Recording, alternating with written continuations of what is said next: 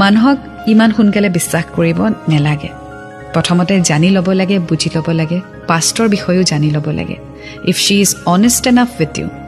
তাই যদি এক্স বয়ফ্ৰেণ্ডেই হওক বা বয়ফ্ৰেণ্ড আছিলে বা নাছিলে সেই কথাষাৰ তুমি জনাটো উচিত তোমাৰ অধিকাৰ চকু মুদি কাৰোবাক বিশ্বাস কৰাৰ আগতে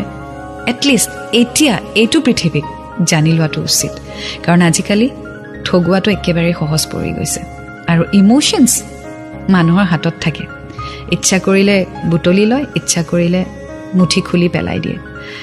so next time I am sure love will come to you this is not the end it's the chapter in your life so that you learn a lesson